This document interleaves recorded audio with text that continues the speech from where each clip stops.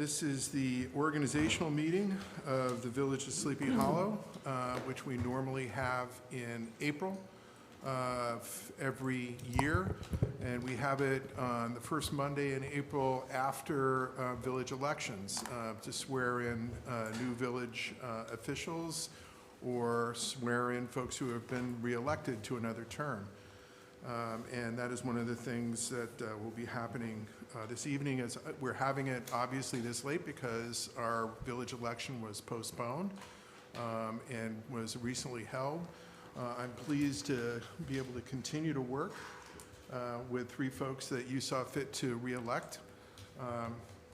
Rochelle Gebler, Sam Gonzalez, and Sandra Spiro. Congratulations on your re-election. Thank you.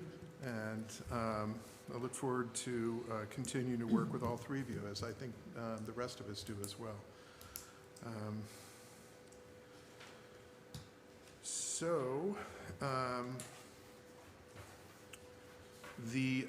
There's a number of things that we need to do in order to make this official. So let me just run through those and ask for your patience for those folks who are going to be presenting this evening. Normally we have our organizational meeting and that's the only thing we do, because as you'll see shortly, it's not terribly exciting other than the swearing in of folks, and that's fun. So let's begin with the Pledge of Allegiance. Will you join me, please? I pledge allegiance to the flag of the United States of America and to the republic for which it stands, one nation, under God, indivisible, with liberty and justice for all. Please be seated, except for Trustee, I'll start with Trustee Gonzalez, and then we'll go to Trustee Spiro, and we'll come down here to the front. Shows off my gut better. Lynn's gonna yell at me for saying that, but I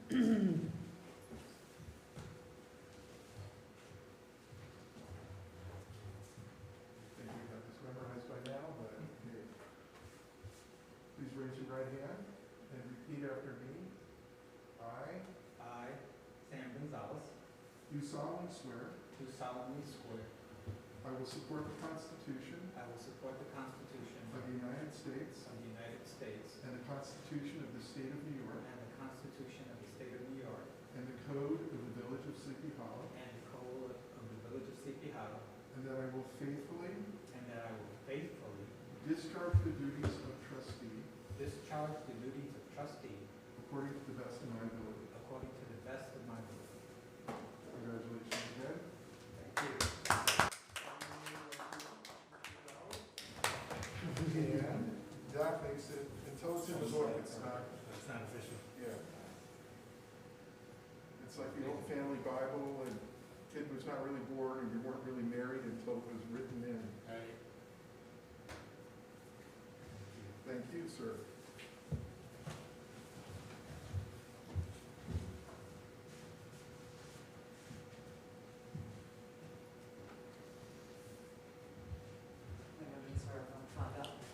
Huh? And make sure I'm plug up. As long as you don't cheer it. Congratulations. And repeat after me. I, Sandra Spiro, Do solemnly swear do solemnly swear that I will support the Constitution that I will support the Constitution of the United States of the United States and the Constitution and the Constitution of the State of New York of the State of New York and the Code and the Code of the Village of Sleepy Hollow, of the Village of Sleepy Hollow, and that I will faithfully and that I will faithfully discharge the duties of trustee discharge the duties of the trustee according to the best of my ability. according to the best of my ability. Congratulations again.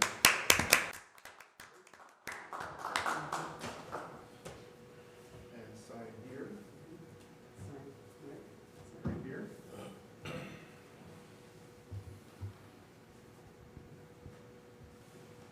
Thank you. And since I'm up and I have the book, Mr. Perella,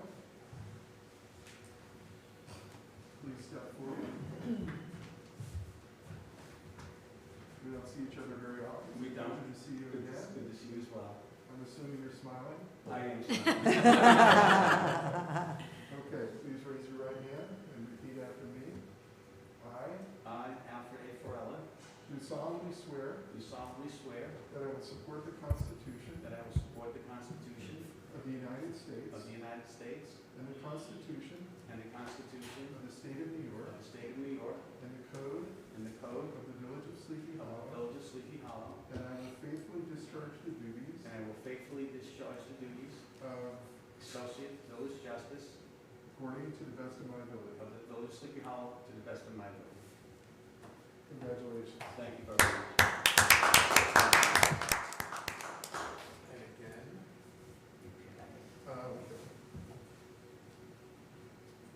who wants the infected pen? You know what, I like the way this one flows. Oh, that one was Yes. really Isn't that nice. nice? Yeah. That's like an ink pen. Good to see everyone. Congratulations, nice to see you. Congratulations, Judge. Very good, thank you very much. Okay. I want Thanks a lot. scores of everything, updates. Oh, yeah, school updates.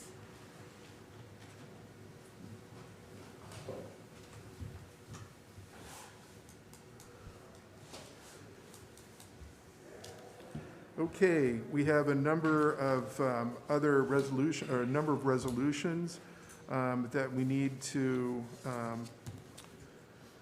do, and some appointments, and some other business. We also have trustee Gebler, who we will catch up to sometime in the next several days, and swear her in as well. So our first our first resolution is, we have to name our official newspapers and publications, which I believe are Mr. Giacchio Lohud. Lohud, Hudson Independent, and I think the River Journal as well. Can somebody move that? So moved. Seconded. Moved and seconded. All in favor say aye. Aye.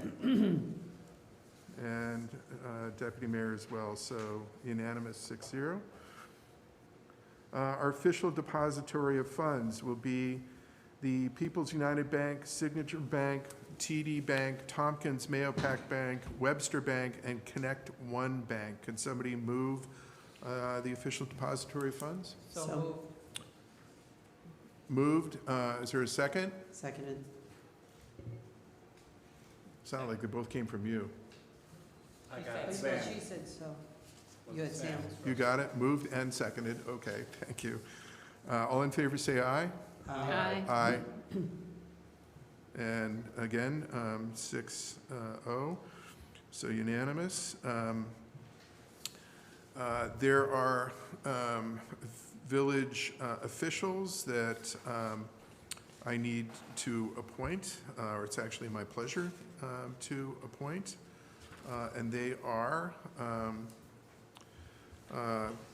the Associate Village Justice, Al Farella, who is stepping in to fill the absence of our own village justice, and we're glad that he's doing that. I'm also appointing as village historian Henry Steiner, police surgeon Dr. Robert Raniolo, fire inspector Sean McCarthy, and village prosecutor Joy Joseph. Would someone please move to approve my appointments? So moved. Seconded. Moved and seconded. All in favor say aye. Aye. Okay, and that again is unanimous, 6-0. I would also like to continue the rabid support of our Deputy Mayor, Glenn Rosenblum. Okay, the strong support of our Deputy Mayor, Glenn Rosenblum. It's been a pleasure to work with you, Glenn, and look forward to you continuing in that role. Same here, thank you. And I'm also appointing the village attorney as Clinton Smith, and have enjoyed working with him as well. Okay, we have a number of procedural, operational resolutions that we need to approve. If someone would take the first one, Should we just like one take a page? that would be great. Easier? Sure. Okay, I'll go first. Year 2020-2021 operational and procedural resolutions. 1, be it resolved, the Board of Trustees shall hold regular meetings on October 13th, 2020 and October 27th, 2020 at 7 p.m. Commencing November 2020, regular meetings shall be held on the second and fourth Tuesday of each month, and work sessions shall be held as necessary on the first and third Tuesday of each month. Work sessions during the month of October 2020 shall be held on October 6th, 2020 and October 20th, 2020. So moved. Seconded. All in favor, say aye. Aye. Noted 6-0. Be it resolved upon the call of the mayor and resolution by the Board of Trustees, an official village meeting in order to conduct village business, including an executive session, may be held during a work session. So moved. Seconded. Get the deputy mayor in the minutes there, okay? So, all in favor, say aye. Aye. Be it resolved that any call by the mayor for an executive session must be approved by the consent of a majority of the Board of Trustees present. Unless advised by counsel to the contrary, all decisions reached by the Board of Trustees during an executive session are to be confirmed by a vote in a public session immediately thereafter. So moved. Seconded. Moved and seconded. All in favor, say aye. Aye. Be it resolved that an emergency meeting of the Board of Trustees may be called by the mayor upon notice to each member at least 24 hours in advance of the start of said meeting. Such notice may be made in person, electronically, or telephonically at such email addresses and telephone numbers on file with the village clerk. Further notice of said emergency meeting shall be given by the village in accordance with New York State Public Officers Law, Section 104. So moved. Seconded. Moved and seconded. All in favor, say aye. Aye. Note that it's unanimous. Okay, I'll take the second page. Number 5, be it resolved, any member of any appointed board, committee, or commission having a term of office, seat, or position in excess of 1 year, who is absent from 3 or more regularly scheduled sessions of such board, committee, or commission shall be subject to removal by the Board of Trustees upon notice and an opportunity for said board member to be heard. Removals shall be declared by the mayor and must be confirmed by a majority of the Board of Trustees at its next regularly scheduled session. So moved. Seconded.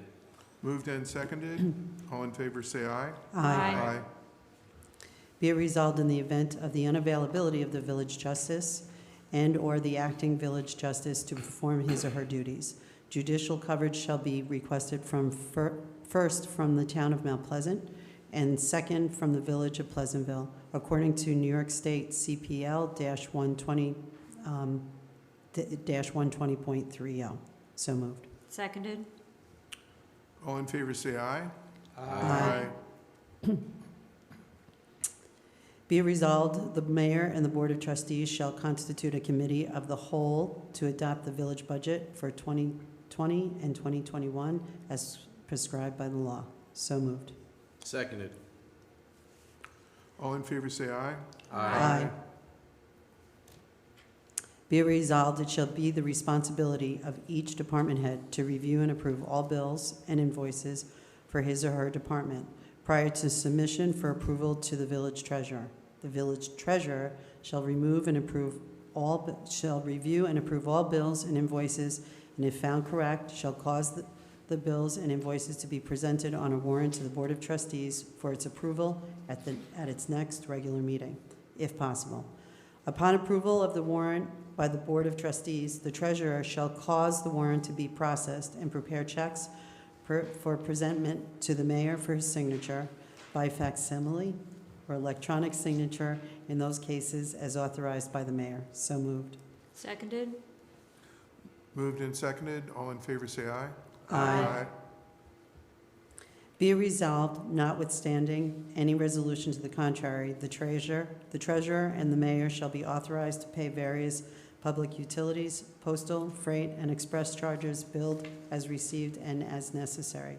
All such claims shall be presented at the next regular meeting for audit, and the claimant and the officer approving the claim are jointly and severally excuse me, liable for any amount of the Board of Trustees may disallow. So approved. Seconded. All in favor, say aye. Aye. Aye.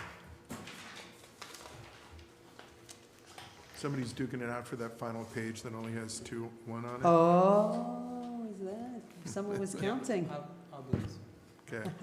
Number 10, be it resolved that members of the Board of Trustees may participate in work session board meetings, including executive sessions by video conference in accordance with New York State Public Officers Law, Section 103, in cases of ill health, acknowledge hardship, or significant distance of travel. No more than 2 board members may participate in a video conference at any one meeting. The board member or members participating by video conference may cast a vote, provided that all discussion and comments of the member or members participating in the video conference be heard by the public attending or listening to said meeting. No proxy may be granted or utilized in any vote or action of the Board of Trustees or individually by the mayor or any trustee. So moved. Seconded. Moved and seconded. All in favor, say aye. Aye. Aye. Before you go on, Sam, just a quick note for people who may be puzzled, who've seen some of our meetings entirely conducted via video conferencing. There was an executive order from the governor that allowed all municipalities in the state to do that, and all really government bodies to have their meetings via video conferencing, so we're allowed.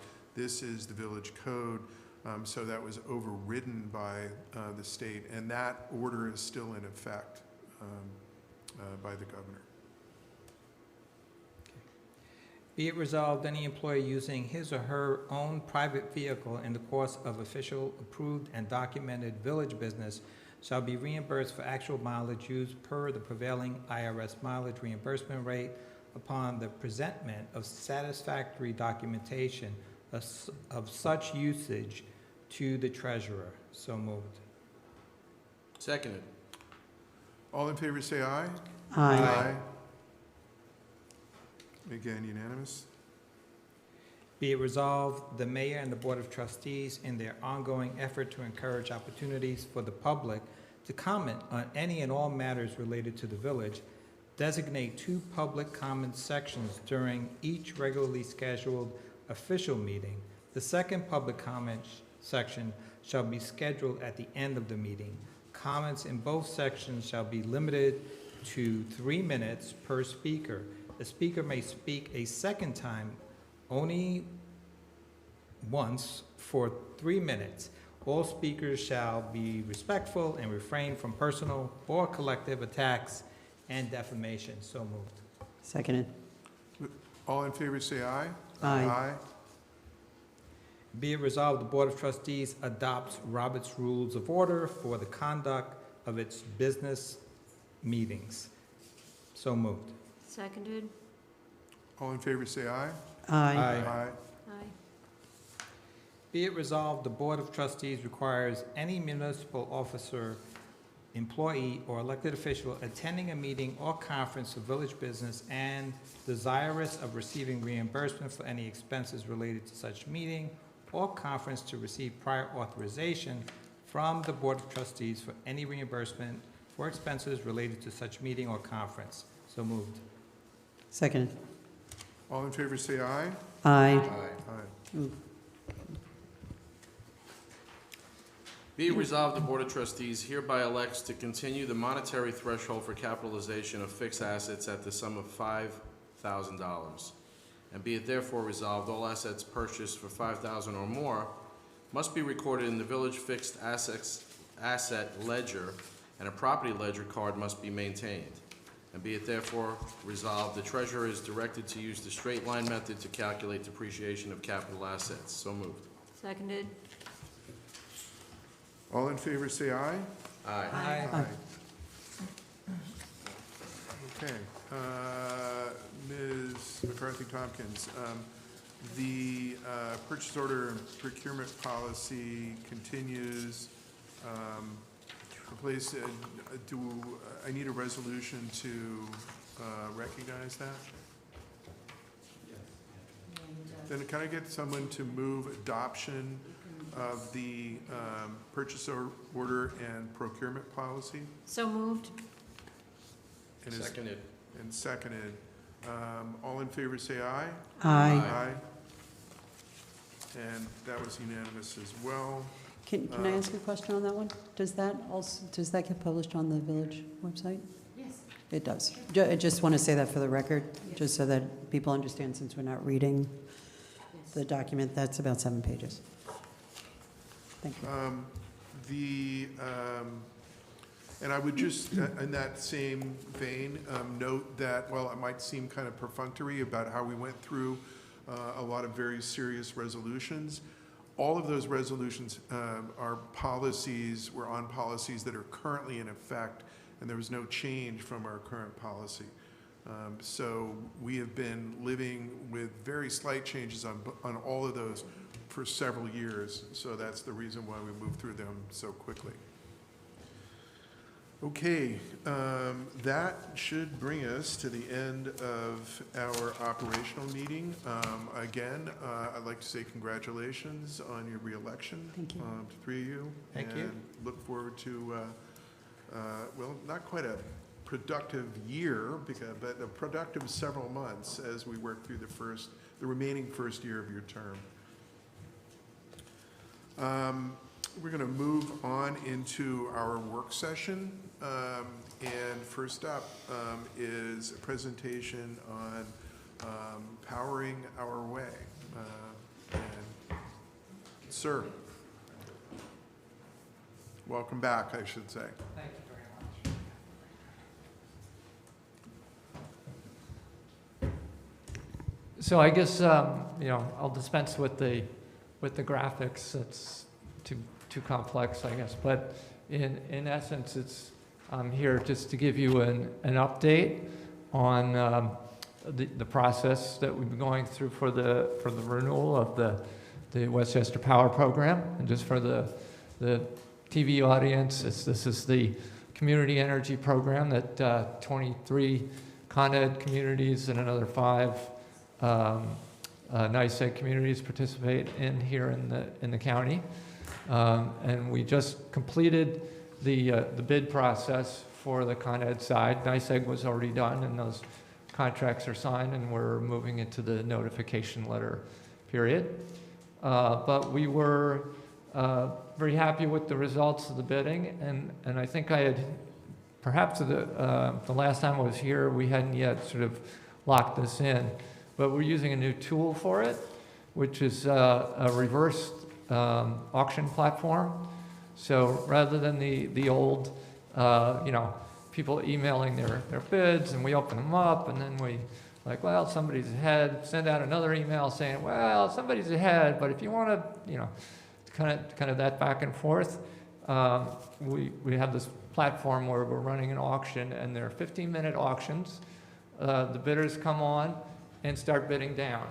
And if somebody bids within the last 2 minutes, the bid gets kicked out, or the auction gets kicked out. In order to really take full advantage of the tool, we came up with a number of different scenarios so that we could do what they refer to in the auction business as price discovery. So we had an auction for the full load, everything all together, all 100,000, customers in the Con Ed side. We had the full load broken up by residential and commercial, the small commercial, which is a smaller portion. It's only about 8%. And then we took the load and we broke it into 4 geographic districts of about 25,000 customers each, just to see if size was something that was causing a price difference. And for each of these, we had to run the residential and the green and the renewable auctions. And as a result, we ended up with the best value coming in at 18 months. We also, in each auction, they run, the suppliers make offers for multiple different terms. There's 12 months, 18 months, 24 months, 36 months. And where we ended up for the renewable product is 7.4 cents for the full load, because we looked at the breakouts and we weren't getting a benefit on it. The average when we broke it up was 7.41 cents. So it didn't really make any difference. The 12-month bid was slightly better. It was a fraction of a mil being 1/10 of a cent, right? So it was a 0.06 cents difference. And so we judged that, and that was also a new supplier that we didn't have experience with, and we didn't feel they had as much experience managing these big aggregations. If they really come in with a serious price difference, we would have said, okay, we'll train these guys. But at that difference, we figured the extra 6 months is nice, locking in, and also we're sticking with Constellation. And so we avoid some of the confusion that we've seen when we do switch suppliers, and then the name on the bill changes, and people are like, wait, I thought we had Constellation, and so there's some sort of nuanced benefits to that as well. And so 7.4 cents for the residential, and but what was nice is we did break out the commercial, and they gave us an additional lower price on that. So the small commercial is 7.1 cents. So that's the green. There's also, of course, pricing for the standard supply. And I'm happy to report that where we, of the 23 towns originally, 21 of them were in the renewable supply as the default. Greenberg, in the last minute, switched to renewable. And so there's only one municipality left that is defaulting to standard. And unfortunately, it's where our offices are in Mount Kisco there. But they're not doing a lot of great stuff otherwise, but we're working on them. So we're happy that the total amount of greenhouse gas mitigation that we're able to accomplish is going to go up significantly with that. Let's see. So with that, we're into the scramble now, the next stage, to get to the opt-out letters, which have to go out around the beginning of November 4th-ish. Actually, in the NYSEG side, we actually pushed it up a little earlier because of the talk about the mails being a little bit slower than they used to be.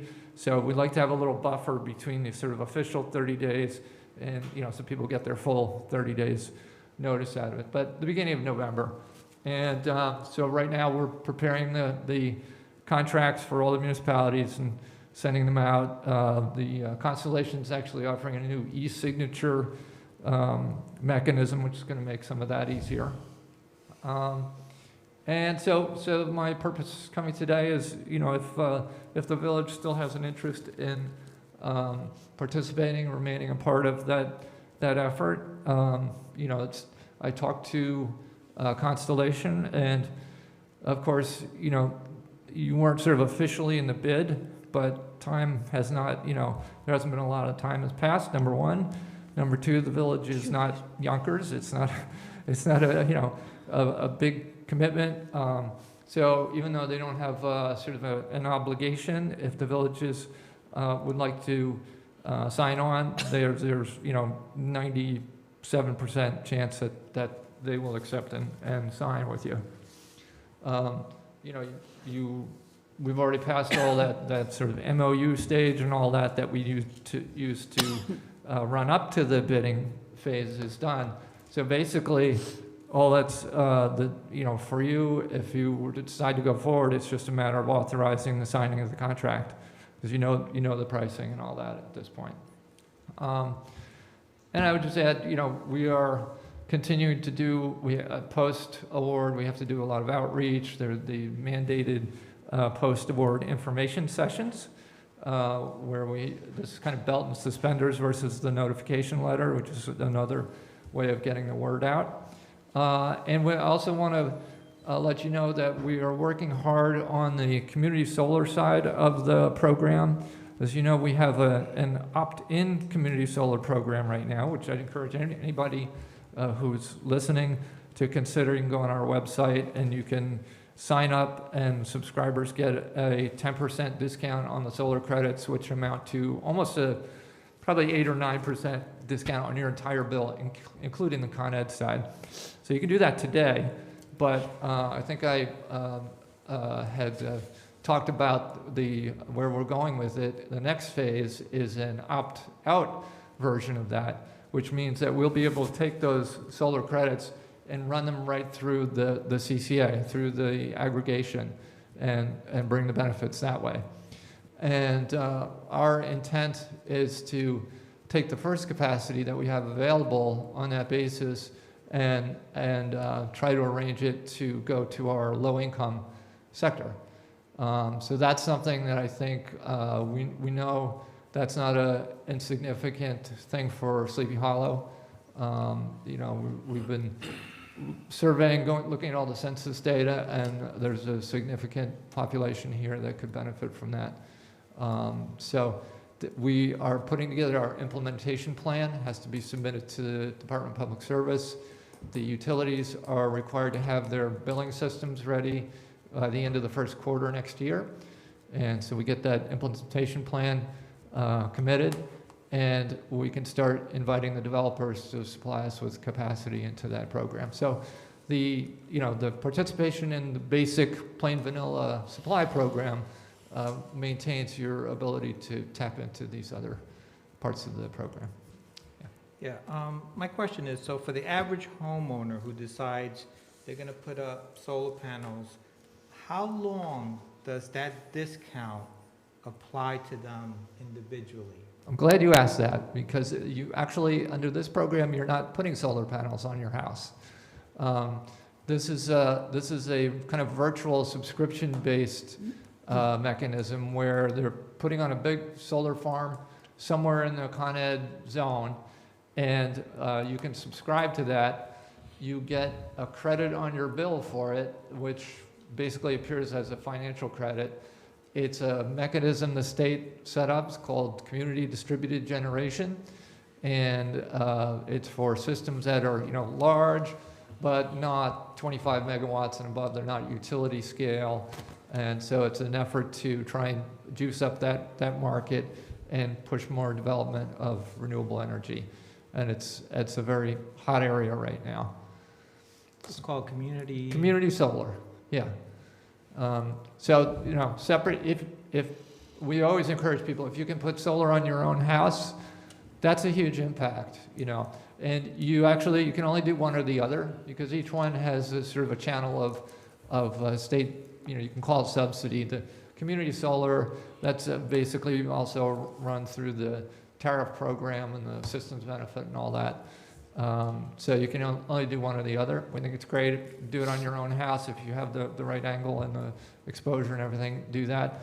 But we've run the solarized programs for years, and thousands of people come, and sign up, and maybe 20% of them ultimately go forward. And a lot of that is because either, my roof's too old, or I don't have the exposure, or I live in a condo, so I don't have control of my roof. There's like a zillion reasons why it ends up crashing. So this gives people a chance to participate who heretofore didn't have that chance. And once we go to the opt-out, what's great is today with the opt-in, you have to sign a form. It's not a big deal, but you have to give them your ACH and from your bank information, because there's this two-way transaction. The credit comes on, and then you pay for it, but at a discount, so you get a saving. That's great. But for a lot of people who are sort of working paycheck to paycheck, maybe that's not a great thing. It comes out of your account, even though you're going to net out, maybe the timing's not good, whatever, So running it directly as a net credit to your bill through the through the utility bill is going to open up access to folks who couldn't do this. And we have so many programs like this where they're wonderful. We're achieving all our, the environmental goals are moving ahead, but there's a lot of people who haven't been able to be a part of it. So I think it's a real huge piece of what this progress really means for us. So would you happen to know if an individual homeowner puts the panels and they can't opt into the community solar, but they would be able to get their own credits? Yeah, the state How still. does that work? How long does the discount apply? Is there a cap on the number of years that you can benefit from that, or is it indefinite? So the state still has incentives for individual homeowners to install on their own homes.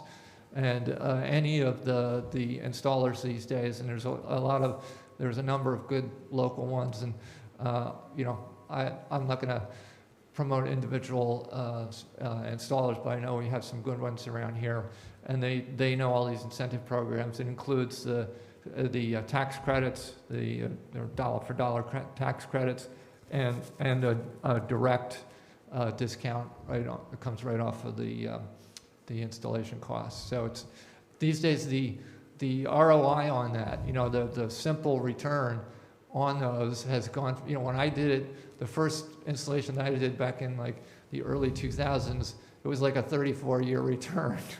So you didn't do it as an alternative to investments or anything.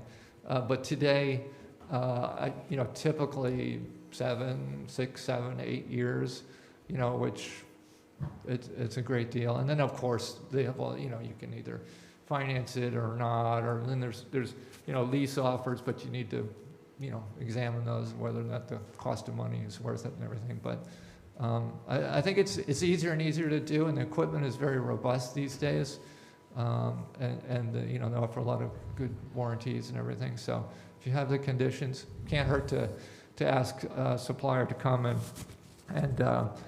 and give you a quotation. So I definitely urge people who have that space on their roof to consider that. But for, as I say, the many, many people who don't, the community solar is a great option. It's available today, and we'll be able to deploy it even more effectively starting next year through the program. If a village resident has already opted out of Con Ed as the primary provider, how would that affect them? So if they've opted out of the program and back into Con Ed? No, they're not back in Con Ed yet. Oh, okay. So if they're in the program today, well, not your program. They've chosen an alternate energy. they're with an alternative ESCO Right. provider. Then they won't get the notification letter. Okay, They won't, because we don't even get those names. They're like ineligible, right. right? Mhm. So the eligible customers are basically the ones that are already in.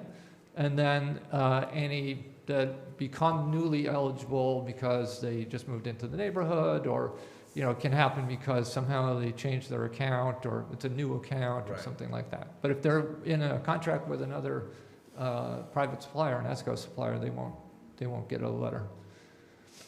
Okay. I'm just thinking, if they don't have the opportunity to go with a green choice, it would be good if they could somehow be contacted to make the choice to opt in, Sure. So that's just something I would be interested in. Yeah, no, they should be made aware of the opportunity, and we've definitely tried to work with you to get the word out on that. Yeah, you could compare. It's always interesting during the opt-out period when the letters go out and then there's a little bit of noise. Some people start to take a look at their bill, and some of them may have perfectly good situations. Others may discover, I'm paying 15 cents a kilowatt hour, and Right. I better do something. Okay. So that can be helpful.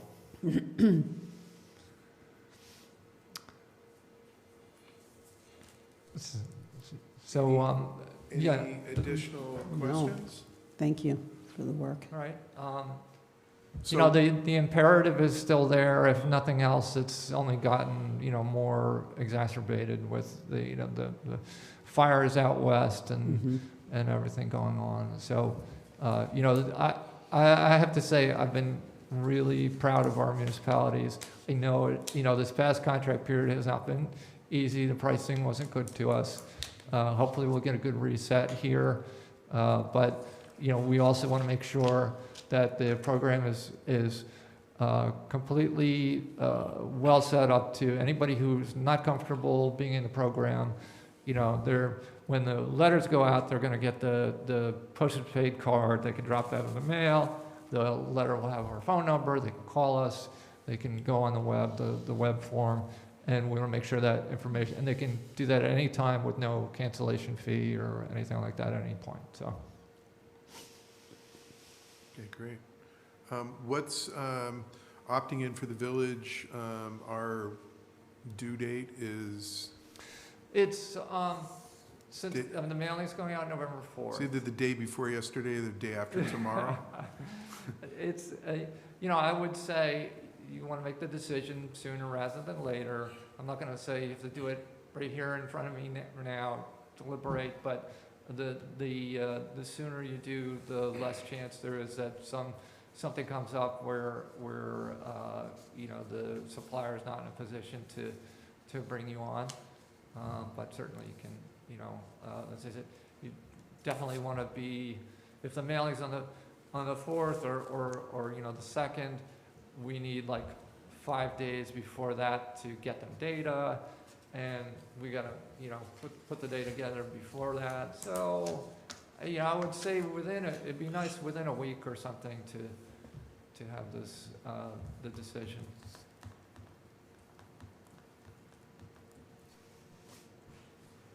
Okay, All thank right. you.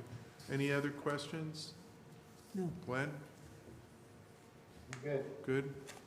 Okay, Okay. thank you so Thank much. you. Thank you for very your much time. for giving me some time today. Thank you. Thank All you. right. Appreciate it.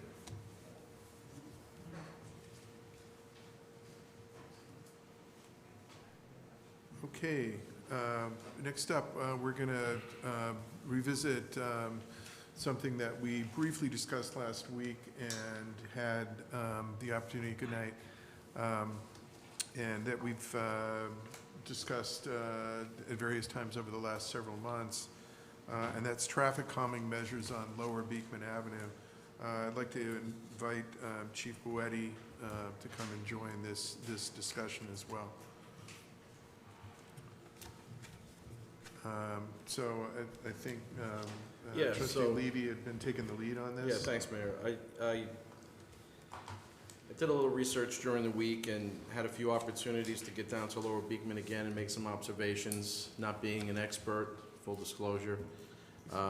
We had a meeting today, Trustee Spiro and Trustee Scaglione, and Kirsten Harry's a member of the planning board, who is a licensed architect and somebody who really gets things done for our village on a lot of levels. So I just wanted them to take a look with me and brainstorm a little bit more. And again, we're amateurs, but we all have ideas, and I guess it comes down to how much the village actually wants to spend on this and how quickly we want to get it done. I'm in favor of doing something fast, as always, but it has to be done right. There's some things we can do pretty quickly as far as maybe painting crosswalks just to slow cars down visually. There's raised crosswalks, which we've talked about last week. And I'm pluralizing that now because we started with one, but in looking at it, we may need perhaps two. So, but these are all ideas, and we definitely need to speak to you, Chief, and get your thoughts on exactly what you think can be done as far as speed. I know you mentioned you may have a speed indicator for cars, or we could borrow one from another municipality that we could put there and just see if that works in the short term, just to slow cars down. We do have a speed, we have a speed trailer. It's doing it in about 2 weeks. Okay. But we can start a traffic study immediately Yeah. for that area in 2 different locations there, where I believe you wanted possibly one crosswalk at Clinton and the other at Hudson. Right. Mm-hmm. Those are the two areas that we kind of looked at today closely and focused on, because Clinton Street and Beekman, at the site of the crosswalk there, well, there really isn't a crosswalk across Beekman. And today we were there when school let out, and there was kids crossing the street in an area where there's no crosswalk. And a Now, bus I stop. know, yeah, and a bus stop. The UAW building has been gotten some work done to it, and, the gates are closed now, but there was a lot going on there, and I know the Edge was kind enough to do the sidewalks going up Beekman all the way across the bridge, to Clinton. So, there's a lot going on there. It's still new, but the goal would be to slow traffic down or start slowing traffic down at that intersection, because then it leads to slower speeds going down to Hudson. We do have a crosswalk that was designed by Sean McCarthy. He did a great job. He's got 2 bump outs on the west side of Hudson on Beekman Street, on Beekman Avenue, that I think slow cars down a little bit because there's a bump out. It shortens the crosswalk. But even in that crosswalk, if we could either raise it or paint it or stamp it with concrete, stamped concrete, I think it would create a visual to slow people down. No, I agree. I'm a big fan of the raised crosswalks. Yeah, I And think especially- not only visually, but also when the vehicle travels over it, you get that different feel, right. which automatically causes the driver to slow down. Particularly with that one I noticed today, when I drove up it, you can't see that it's a crosswalk as you're going up the hill until you're on top of it. Right. I didn't happen to notice that. So if there was some signage there as well, that there's a crosswalk there, I think that would be beneficial. Yeah. I think there's also a lack of enough crosswalks. That's why the one up by Clinton would be almost necessary. And, if you can envision parking on the edge side of Beekman by the bridge and having to walk down, you would actually have to cross Hudson and then properly cross at the crosswalk and then come back up if you were going to go to one of those restaurants, for example. So, but I'm happy to take a look, again with you, and if you want to do a traffic study just to start this off, that would be great. Yes, And we'll have it out tomorrow. the other option we could do, there's other measures for traffic calming, which would be a center island, which would, it would be a few dollars to do that, but I'd like to get your opinion on that too. Right now, there's not a lot of cars parked down there because, nobody's going to the restaurants. Right. I mean, not a lot of people. But usually there's more cars parked, and that has a sense of slowing traffic down in and of itself. So I understand cars are speeding a little bit more right now because it's just open, and they're heading to that traffic circle to get into Tarrytown or wherever they're going. So, we have to factor that in, I think. But I'd be interested to see what the average speeds are. Yeah, like I said, the program we have now is great. It'll give you the average speeds, time of day, number of cars, hourly rate of cars. Okay. I'd like to do it sooner than later, and I'll follow up with you and report back to the board. And the other trustees who are involved, we can work together and see what we can do. I mean, we could paint the crosswalk in the next week if we had to. Right. I'd like to see what the numbers are, though, We'll Okay, get it out there. thanks.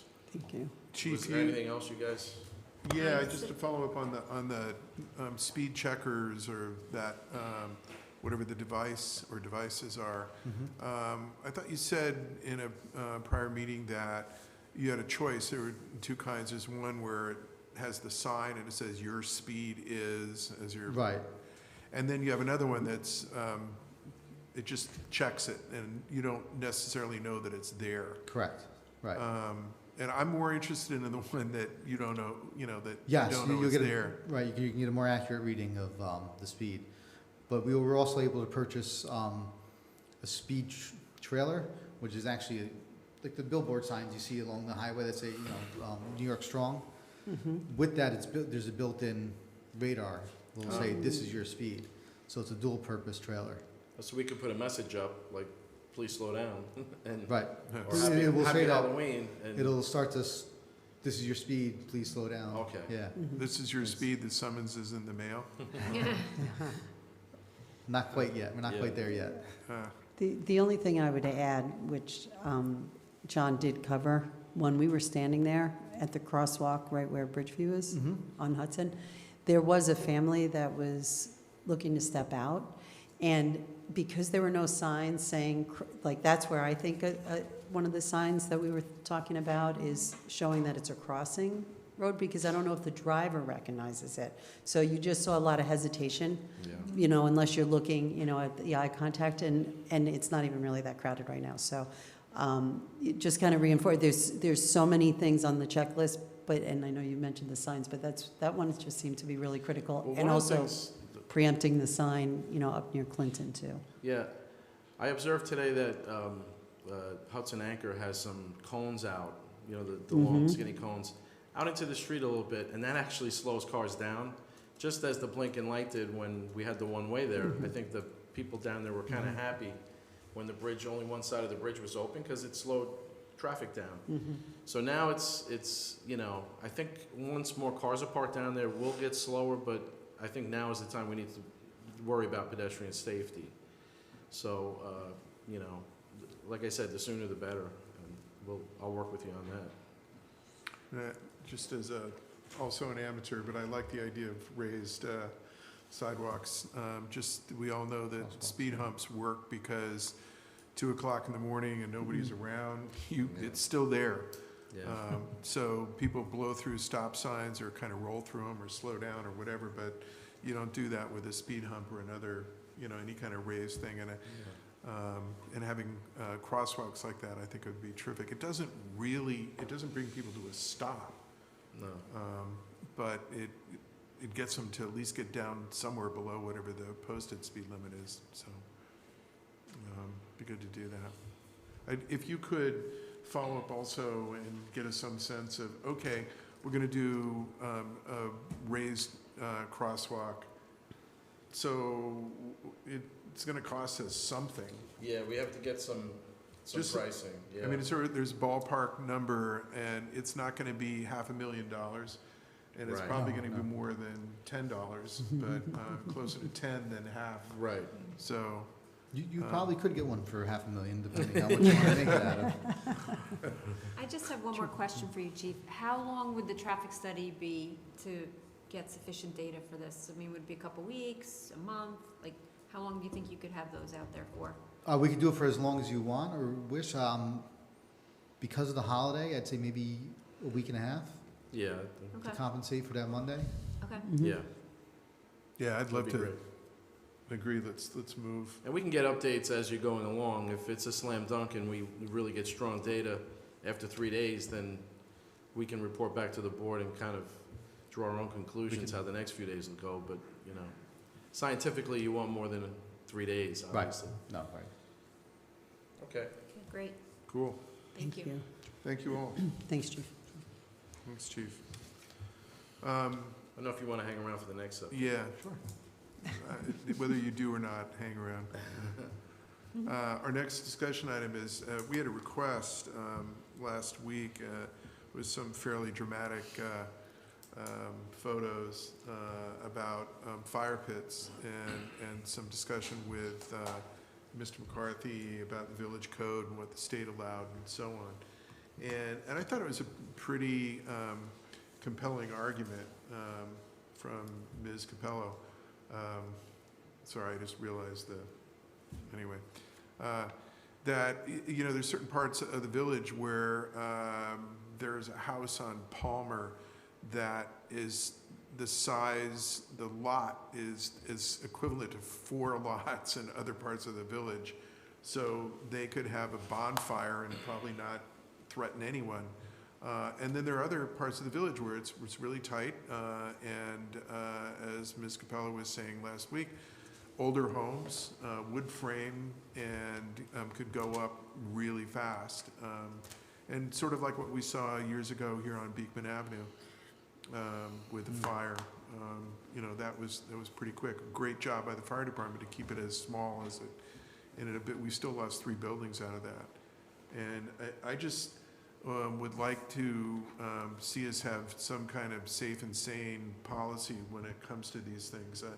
I mean, they can be incredibly dangerous, and I don't see on the, as much as I like a fire and that sort of primal thing you get out of it, I don't see how we're taking something away from somebody if they can't really do that. And if we have a policy that I think was also suggested last week, that it be uniform throughout the village, that it just, okay, there's a setback, there's a, and so you can have one if it fits within these parameters, and if it doesn't, you can't.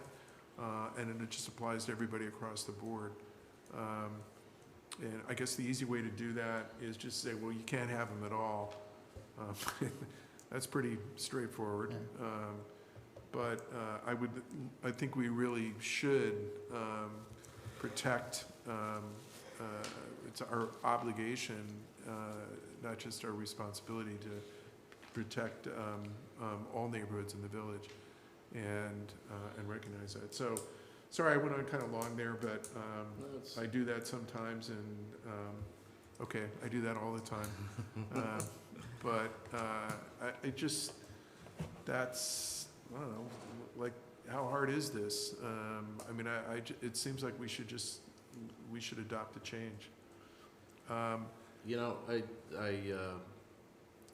I tend to agree with you, but after I read the state code, it does have some caveats in there that kind of trump everything in terms of, you know, what our authority is with homeowners. And one of the ones that I found interesting was the extinguishment authority. Basically, if it's creating a hazard or adding to a hazard, our fire department, when they show up, or police, can ask the person to extinguish it. If they don't want to, then they can extinguish it. So that, to me, if there's smoke blowing in your neighbor's window and the neighbor calls 911, which they should, because it's creating a hazard in their house, then it can be extinguished no matter where it is. That's how I read it. Now, we don't have our fire inspector here or our fire chief tonight. I did speak to the fire chief earlier today. He said we really don't get a lot of complaints on this issue, so I always like to approach things from the perspective of what problem are we really trying to solve. Is it a bunch of people complaining, or is it a neighbor-neighbor issue, or is it just one block where the houses are tight? Perhaps maybe Continental is that case where the houses are close together. So, but I would like their input, you know, as far as how we should approach this, because again, we're sort of amateurs, but I'm reading the code and it does say if it's creating a hazard, you just can't let it happen. I mean, in any case. So, you know, that's the one thing. The other thing is, even if it is a private dwelling or one or two family house, there needs to be somebody attending the fire the whole time until it's extinguished, and there needs to be an extinguishing agent, which would be an extinguisher, water hose, sand. So all those things have to be met. So if the person calls 911 and the people went to bed who had the fire going, that's a problem. So in any scenario. So, you know, I think people need to call in the authority when they have to, and maybe that would correct the situation. And that's how I think I would approach it before I start changing village code, you know, so.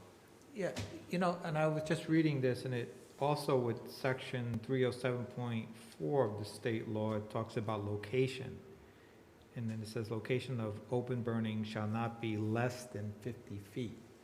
And from the description she gave last week, it sounded like it was a lot closer than 50 feet. Well, that was a portable, like it was like a fire pit that you could roll. Right. So if you look at the section above that, 307.4.3, that explains, you know, outdoor portable fireplaces. And the law doesn't really apply to one and two family houses. So that's what Sean was explaining last week, and I was impressed that he remembered that off the top of his head. But, so, again, if the resident calls 911, our fire chief, the incident commander, needs to know these rules exist, and I think they do. Yeah. If it's creating a hazard, you put it out.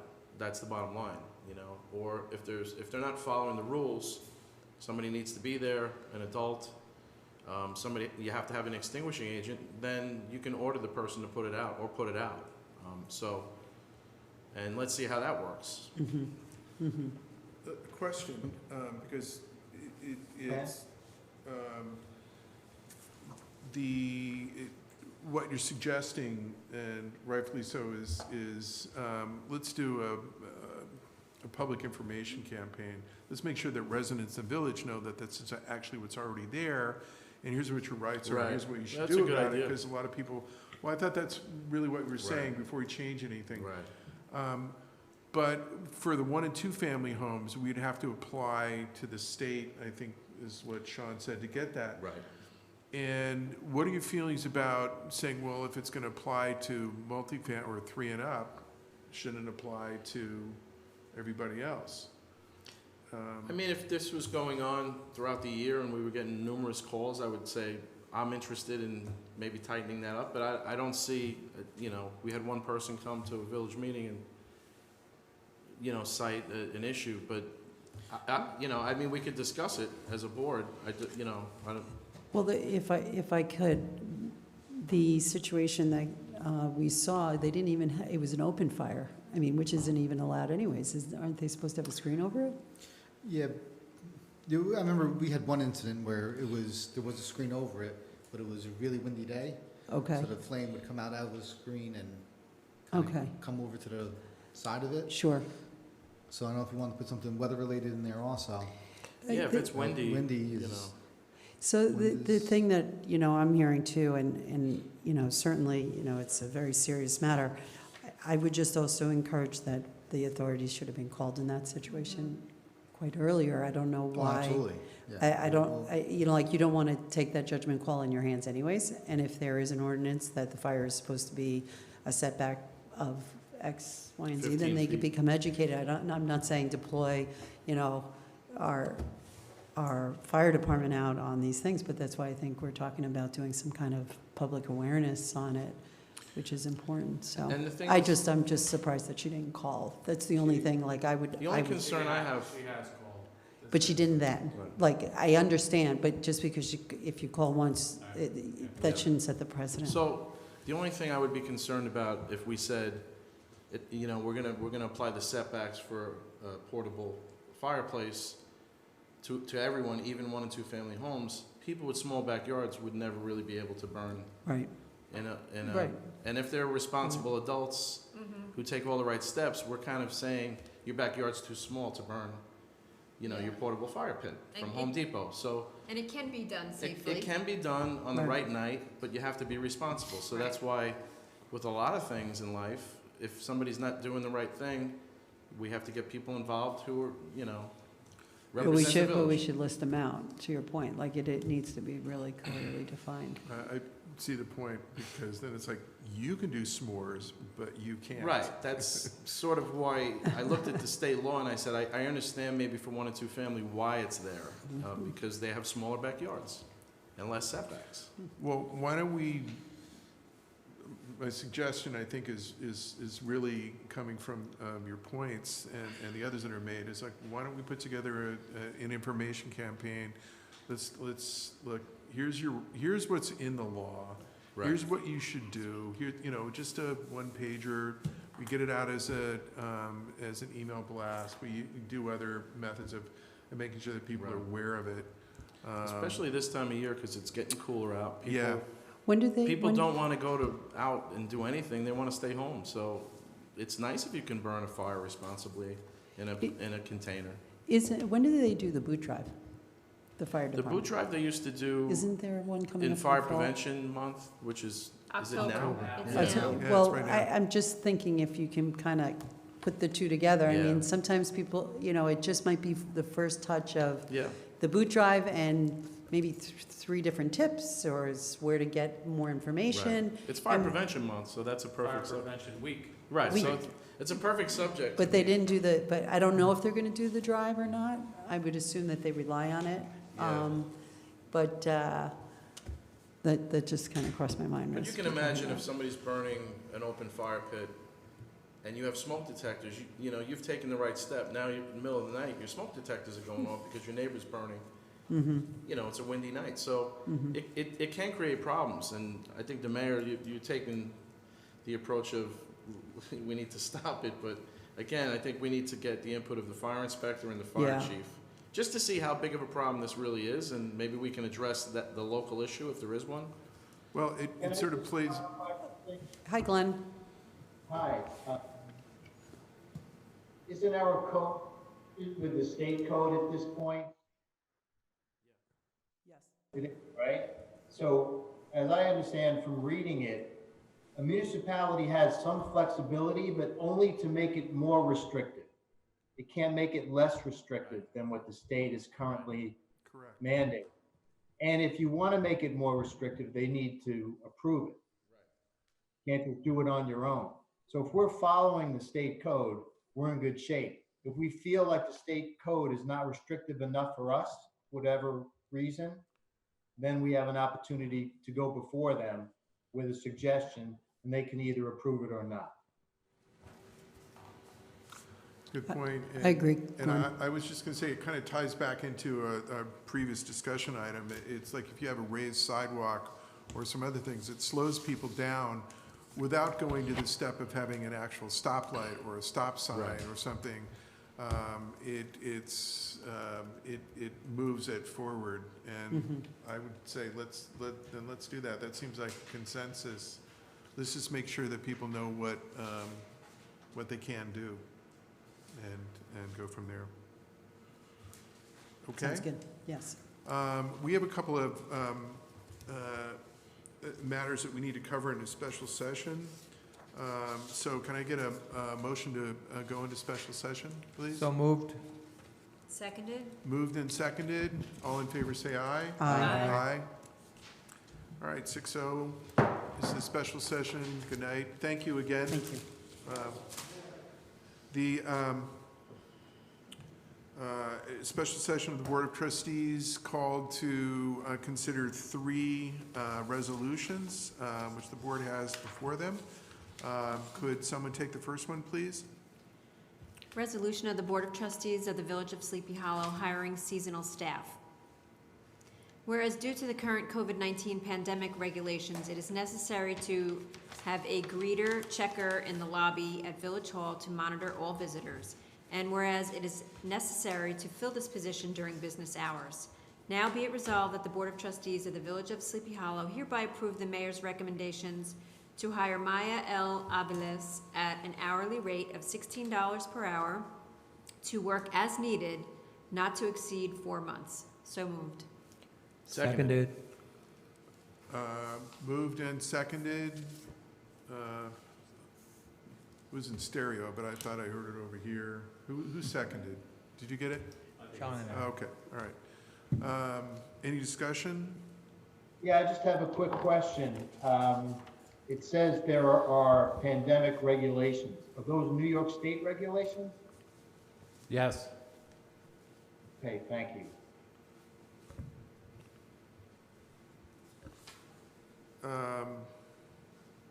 Yeah, it might be better worded to say, well, yeah, regulations. I think many of them are from executive orders by the governor, as opposed to state law. But nevertheless, they're all things that we have been following and should continue to do so. Anyway, any further discussion? If there's an issue with reimbursement from the state in the future, we should maybe make it clear that it is a state regulation. We can get reimbursed for this for Okay. FEMA, yeah. We can demonstrate that this person was specifically hired because of COVID. Okay. Okay. Great. Okay. Okay, all in favor say aye. Aye. Okay, it's unanimous. Somebody want to take the next one? I got it.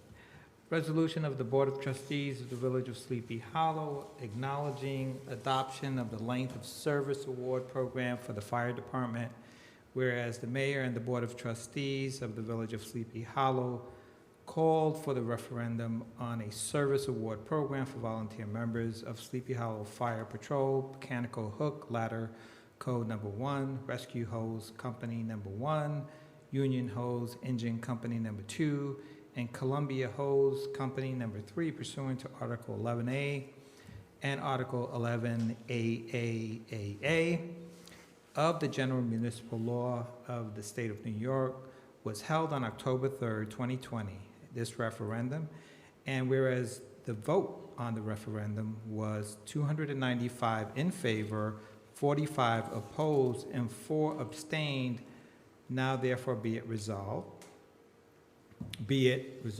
that the Board of Trustees of the Village receives and certifies the vote on the referendum as 295 in favor, 45 opposed, and 4 abstained.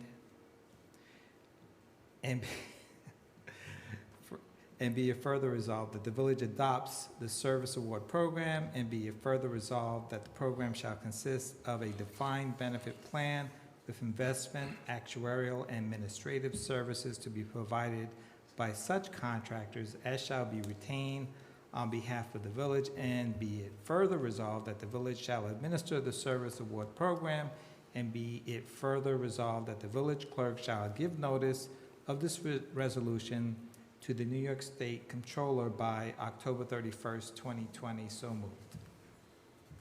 Seconded. Moved and seconded. Any discussion? I would just like to make a couple of comments. And first, I'd like to thank Trustee Gonzalez for taking the lead on this and steering this through. Thank you very much. On behalf of the board, more importantly, thank you on behalf of both the fire department and the ambulance corps. This is a richly deserved benefit for both of them. And I would just also like to add that there were some folks that, despite I thought a good information campaign by the village and by the volunteers, there were people that were concerned about what this would do to their property taxes. And as we noted during the last several weeks, this will increase your taxes, and that was pretty upfront. The average taxpayer in the village of Sleepy Hollow, your taxes will go up $67 a year. So it's real money, but it's not substantial by any means. And I would think that the people that are more concerned about that than other issues, they should stop and try to do the math on what it would take if we did not have volunteers in these two crucial services. Just go through and run the math on your own, and you're going to be adding zeros and commas to that $67 just really fast. And it's as I said, it's a great benefit. It's not a huge benefit, but it's a well-deserved benefit to our volunteers, and it's a long overdue recognition for the incredible work that they've done for us and that they will continue to do for us in the years to come. So again, I want to thank you, Sam, for taking the lead. Great job. Thank you. And I want to thank the voters for supporting it. Absolutely. I want to thank all the voters who came out on Saturday, which is not a normal day to come out and vote. And as you said, Mayor, it's something that they deserve for the service that we're not only going to get in the future, but the many, many years of service that they've already provided. Yeah. I just had a question, Anthony, on the numbers here, because I recall 195 being the passing. We misspoke on Saturday. It was 295. Oh, that's great. We did the official count on Monday with the clerk, deputy clerk, myself. And Okay. over every single one. That's great. It's even better. Yeah. That's 90%. That's an overwhelming support. Yeah. So, I do wonderful. want to mention one thing, that the clerk's office handled the entire election, and I want to give them some shout out for that. They did a great It's lot job. of Yeah. work to Yes, get they this did a done. great job. Yeah, we haven't handled our own election in a long, long time. All right. Well, we wait till pandemics to do this stuff. Okay, well, hopefully we won't have another one. 20 years. Yeah. Did we vote? All in favor, say aye. Aye. Opposed, abstentions, a unanimous vote. We have another resolution to consider. Resolution of the Board of Trustees of the Village of Sleepy Hollow acknowledging adoption of Length of Service Award Program for Ambulance Corps. Whereas the Mayor and the Board of Trustees of the Village of Sleepy Hollow called for a referendum on a service award program for volunteer members of the Sleepy Hollow Volunteer Ambulance Corps pursuant to Article 11-AAA and Article 11-A of the General Municipal Law of the State of New York was held on October 3rd, 2020, the referendum. And whereas the vote of the referendum was 293 in favor, 46 opposed, and 5 abstained. Now therefore be it resolved that the Board of Trustees of the Village receives the certificates and certifies the vote on the referendum as 293 in favor, 46 opposed, and 5 abstain, and be it further resolved that the village adopts the service award program, and be it further resolved that the program shall consist of defined benefit plan with investment, actuarial, and administrative services to be provided by such contractors as shall be retained on behalf of the village, and be it further resolved that the village shall administer the service award program, and be it further resolved that the village clerk shall give notice of this resolution to the New York State Controller by October 31st, 2020. So moved. Seconded. Moved and seconded, and I think many of the comments we made about the first resolution apply here as well. So, all in favor say aye. Aye. Opposed, abstentions, again, unanimous. Thank you.